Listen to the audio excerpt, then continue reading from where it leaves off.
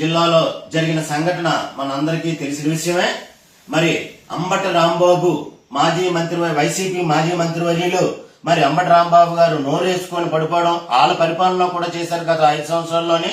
అలాగే ఇప్పుడు ఏదైతే నారా చంద్రబాబు నాయుడు గారి పరిపాలనలో సస్యశ్యామలుగా జరుగుతుందని ప్రజలందరూ అనుకుంటున్నారో మరి దాన్ని చూడలేక ఈ అంబటి రాంబాబు కాదు, ఆంబోతు రాంబాబు నీటిపారుదల శాఖ కాదు ఆయనకి లాస్ట్ టైం జగన్ రెడ్డి గారు ఇచ్చింది నోటుపారుదల శాఖ. నోటుతోనే ఆయన మాటలు ఇసిరేసి ఫారింగ్ చేస్తుంటాడు నీరుని. అటువంటి వ్యక్తిని మరి నిన్న మరి మా నారా చంద్రబాబు నాయుడు గారి అమ్మగారిని కానీ అలాగే తండ్రి గారిని కానీ అనుచిత వాక్యాలు చెప్పలేనివి, బూతులు చెప్పలేనివి, మరి మీడియాలో చెప్పలేని విధంగా మాట్లాడాడు కాబట్టి ఆయన బేసరతుగా క్షమాపణ చెప్పి మోకాళ్ళ మీద నుంచొని మరి చంద్రబాబు నాయుడు గారికి క్షమాపణ చెప్పి అలాగే రాష్ట్ర ప్రజలకు కూడా క్షమాపణ చెప్పాలి. నేను నోరు పారేసుకున్నాను, నన్ను క్షమించండి అని చెప్పకపోతే ఆయన మరి నిన్న గుంటూరు జిల్లాలో తెలుగుదేశం కార్యకర్తలు మరి వీరంగం మరి చూశారు కదా.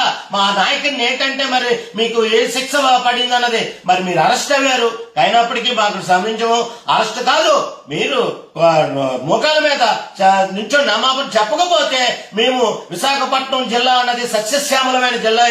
ఇది పేరుకి విశాఖపట్నం అంటే చాలా సున్నిత ప్రభావం గల వ్యక్తులు ఇక్కడ విశాఖపట్నంలో ఉన్నవారు. అటువంటి వాళ్ళు కూడా మీరు రెచ్చగొట్టే విధానంగా మీరు రోడ్ల మీదకి వచ్చి ధర్నాలు చేసే విధంగా చేస్తున్నారు. కాబట్టి మీరు అంటే క్షమాపణ చెప్పకపోతే మాత్రం మేమందరం కూడా ఉవ్వెత్తున లేచి చంద్రబాబు నాయుడు గారి మాట గురించి మేము ఆలోచిస్తున్నాం. ఆయన విజ్ఞుడు, ఒక చదువుకున్న వ్యక్తి, 9 సార్లు సీఎంగా చేశారు.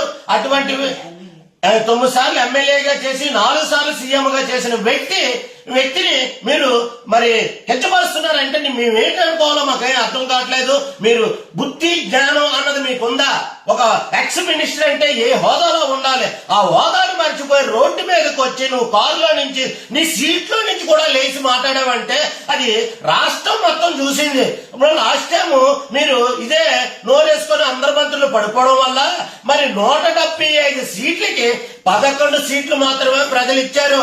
ఇటువంటి వాళ్ళు మాకు పాలకలా ఉండకూడదు అనే ఉద్దేశంతో 11 సీట్లు ఇచ్చిన ఘనత మరి మీకు దక్కింది. మరి ఆ 11లో ఒకటి పోయి ఒకటి వస్తుంది, అది జ్ఞాపకుంచుకోండి. నెక్స్ట్ టైం 2029లో మరి దాన్ని కూడా మీరు నోరాదుకున్నాడు. రేపు ఉదయం పరిపాలన రావాలయ్యా.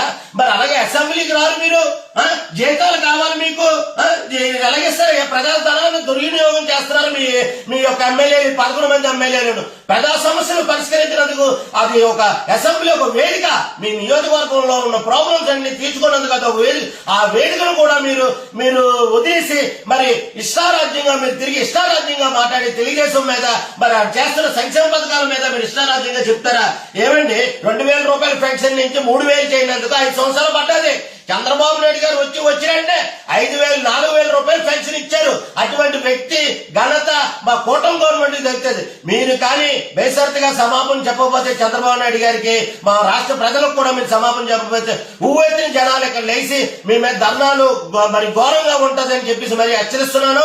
మరి ఈ విధంగా మరి మా 33వ వార్డు పార్టీ కార్యాలయం నుంచి మరి చెప్తున్నాను. నా పేరు విల్లుడు డాక్టర్ చక్రవర్తి, మాజీ పార్లమెంట్ ఉపాధ్యక్షుడిని. అలాగే జీవీఎస్ 33వ వార్డు క్లస్టర్ ఇన్ఛార్జ్ శ్రీమతి తిరుమలదేవి చక్రవర్తి కూడా మిమ్మల్ని ఈ ప్రెస్ మీట్ ద్వారా హెచ్చరిస్తున్నామని దండపదంగా చెప్తున్నాం. Thank you all.